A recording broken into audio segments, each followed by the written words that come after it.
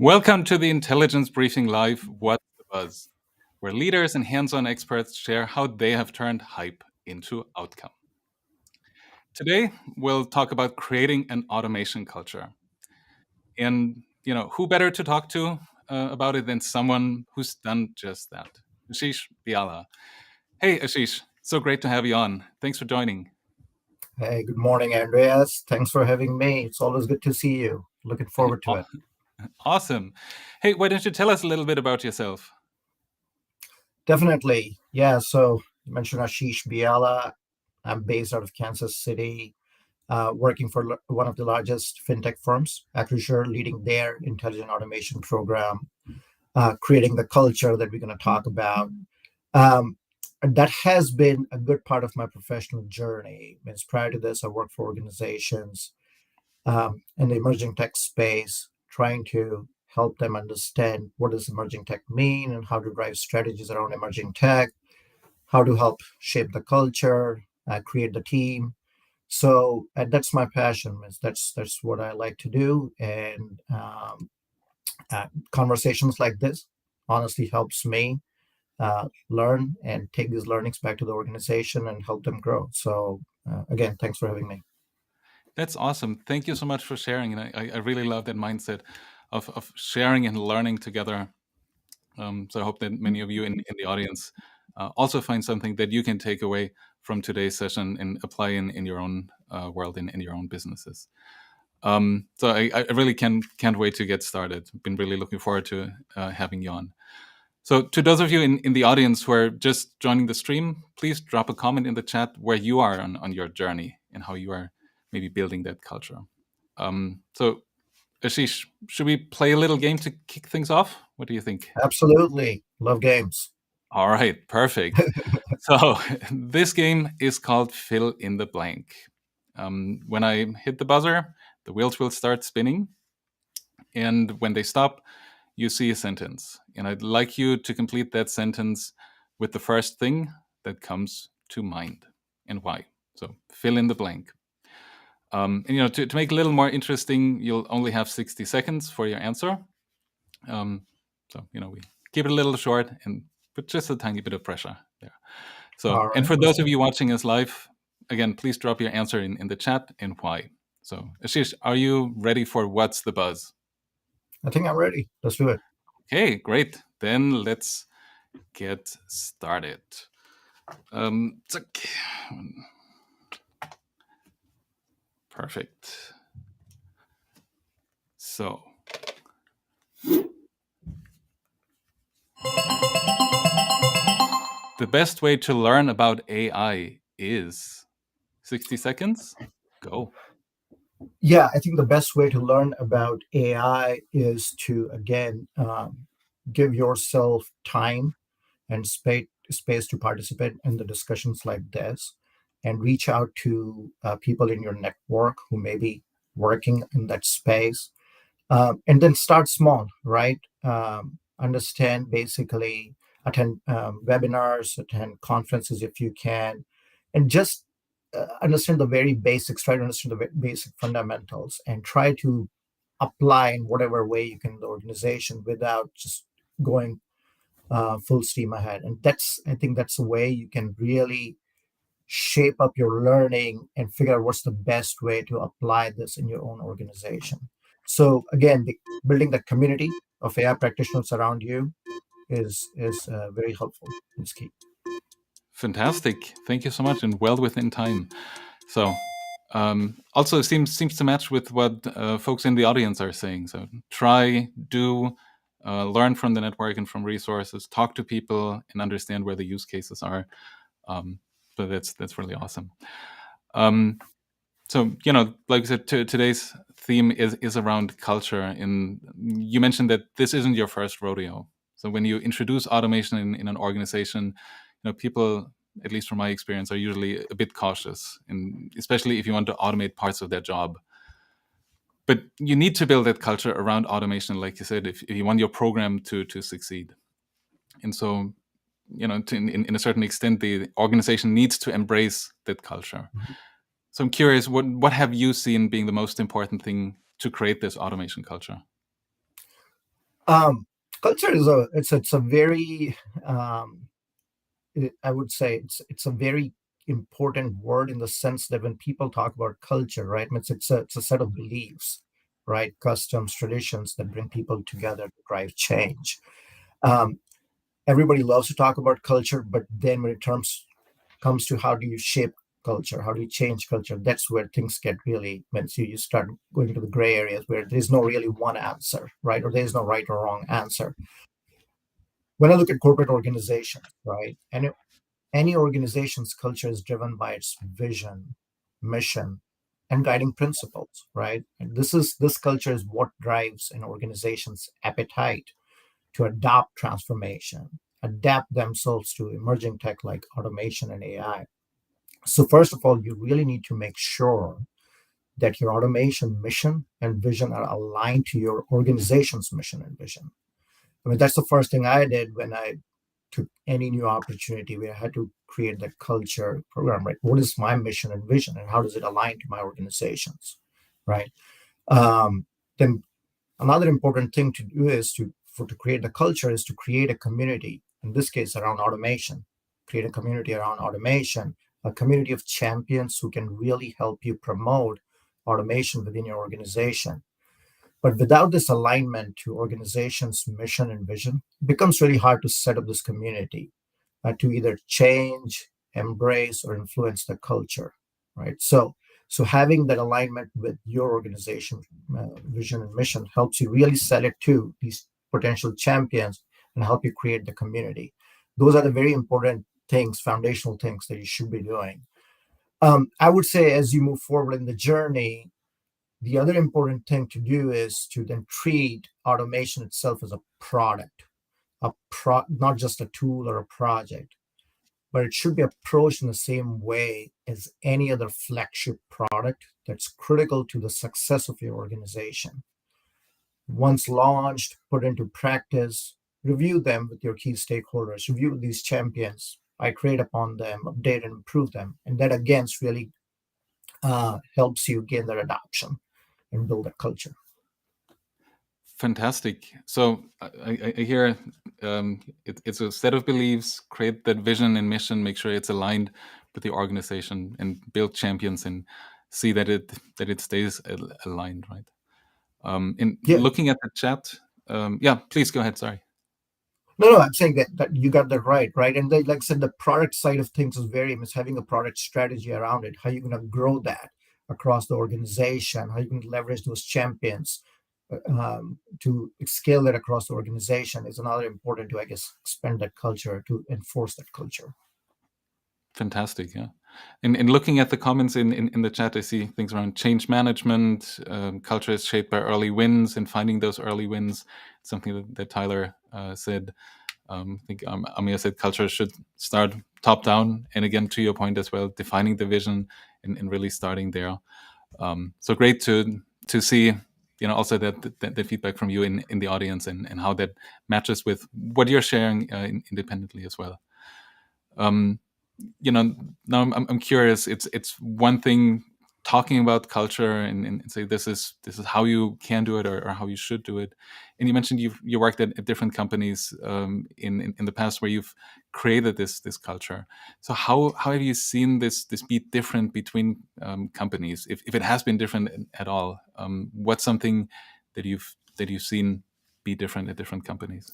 Yeah, no, absolutely. So as I mentioned, right, organization's culture is driven by its vision, mission, guiding principles. So I'll give an example of my current company, Acrisure. Because our culture is driven by the vision of providing best of human and artificial intelligence in the fintech space, right? I mean, insurance is one of our biggest verticals we lead in, but we are also in other verticals, cybersecurity, real estate, right? So providing the best of human and artificial intelligence, trusted relationships, powerful technology, we offer the best of both to deliver that extraordinary outcomes for millions of our clients. So now, most of the people in my organization, right, they have embraced this vision, organization vision, and they're looking for opportunities to transform their part of the organization. In fact, I would say this ability to transform how we operate our business and serve our customers is what drives our value proposition to our investors and to our customers. So from that sense, I would say compared to some of the other organizations, it's been relatively smooth ride to be able to set up that automation center of excellence, sell the benefits of automation to the organization, because we had a good support from the top leadership who is key to influence the culture, right? Now, I would say most of the challenges have not been so much culture, but mostly foundational. But having the top leadership support and having that knowledge of organization's vision, mission, the people in the employees, the manager level or the process owners level, their alignment with organizational vision, mission, that really help in terms of driving that culture. Now, in some of the previous organizations that I worked for, the transformation via emerging tech, artificial intelligence was not a core part of the vision, mission, because whatever industry they were in, right? So that's where I saw a lot of apprehension about the impact of emerging tech on jobs and things like that. There was a lot of fear, as you probably have seen in some of your experience as well. But having said that, creating community, early events, as somebody talked about, right? Again, giving them an opportunity to participate in creating those wins, that went a long way. In fact, I would say that it was more important in those organizations to really kind of embrace that, be participate in the early wins, show them the early wins, then the organization where it's aligned to vision and mission, because there they understand that at the end of the day, that's how the organization is growing. Here, showing them that how these wins can really help them transform, impact the bottom line, was key to them. So again, depends on where you're coming from and how you have grown into the organization, right? Yes, I think those are some excellent points.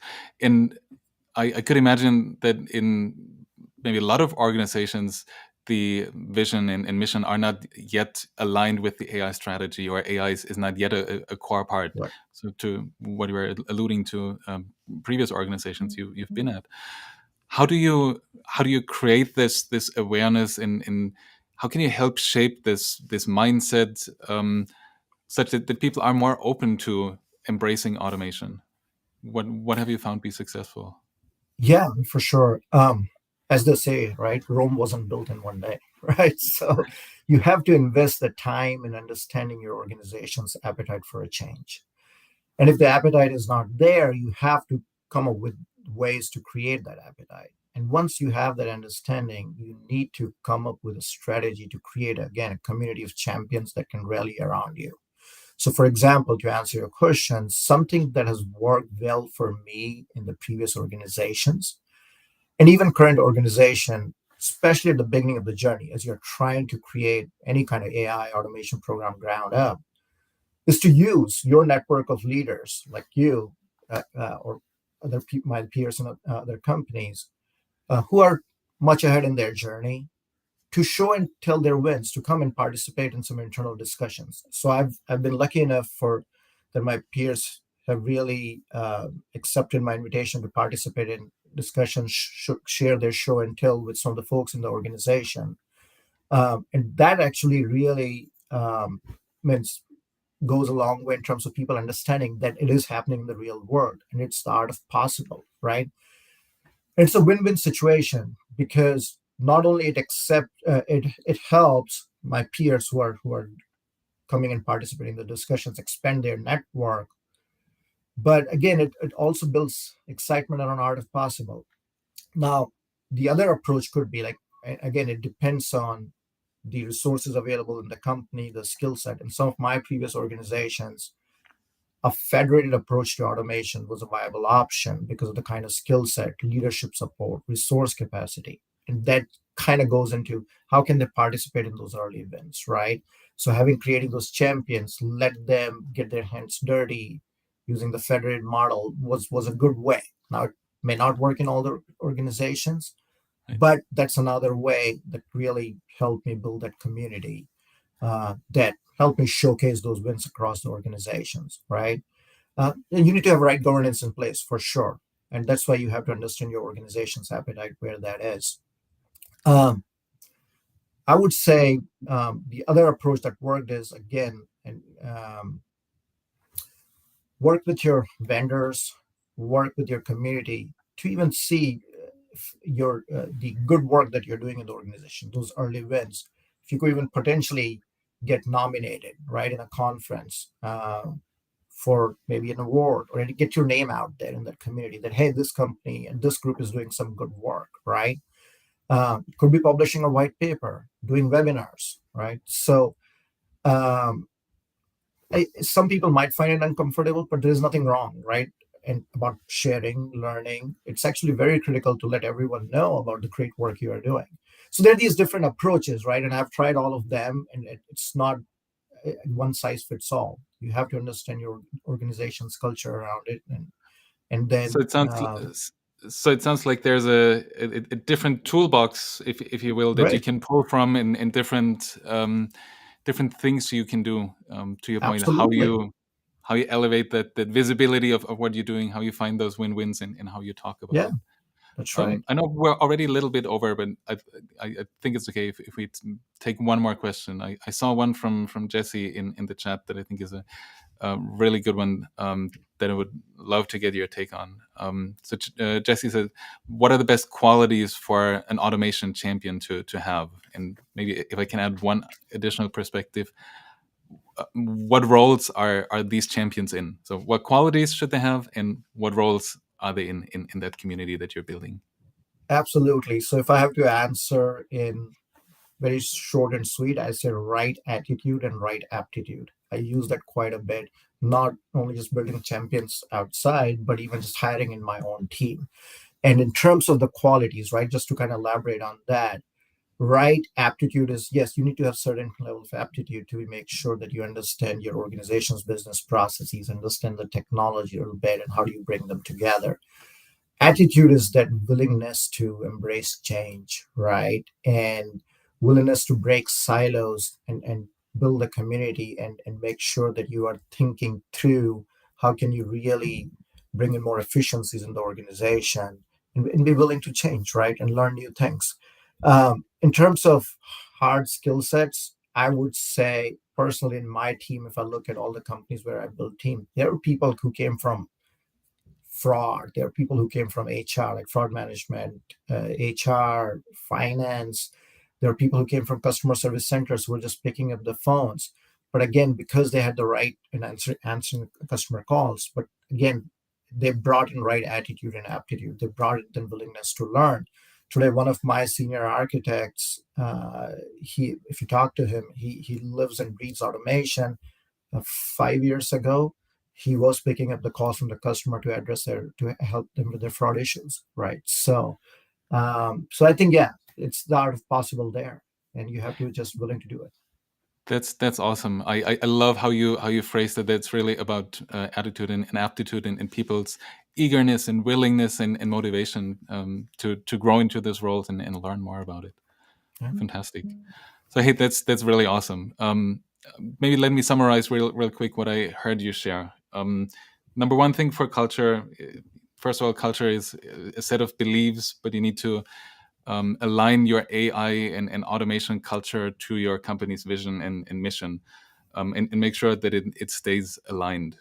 It obviously goes a lot easier if you have support from the top, and there's that realization that these two things are actually connected. It might not be like that in every company, but you're able to get some wins, and especially win-wins, when you can pull from a different toolbox, when you can create a network of champions that have the right attitude and aptitude, like you said, really about that mindset of doing something. Did I miss anything, and anything you feel is critical in addition? I think you did a great job summarizing it, Andres. Right. All right. So, folks, we're getting close to the end of the show today. Asheesh, thank you so much for joining. Like I said, I've been really excited to have you on, and just looking at all the comments and engagement here in the chat, seems like our audience is just as appreciative as well. So thanks for joining your expertise and for learning with us. Hey, thank you for the opportunity, Andres. Anytime. Love these kind of discussions. It helps me learn as well. Awesome. So, folks, see you next time for another round of Intelligence Briefing Live. What's the buzz? Bye bye. All right. Thank you. Bye bye.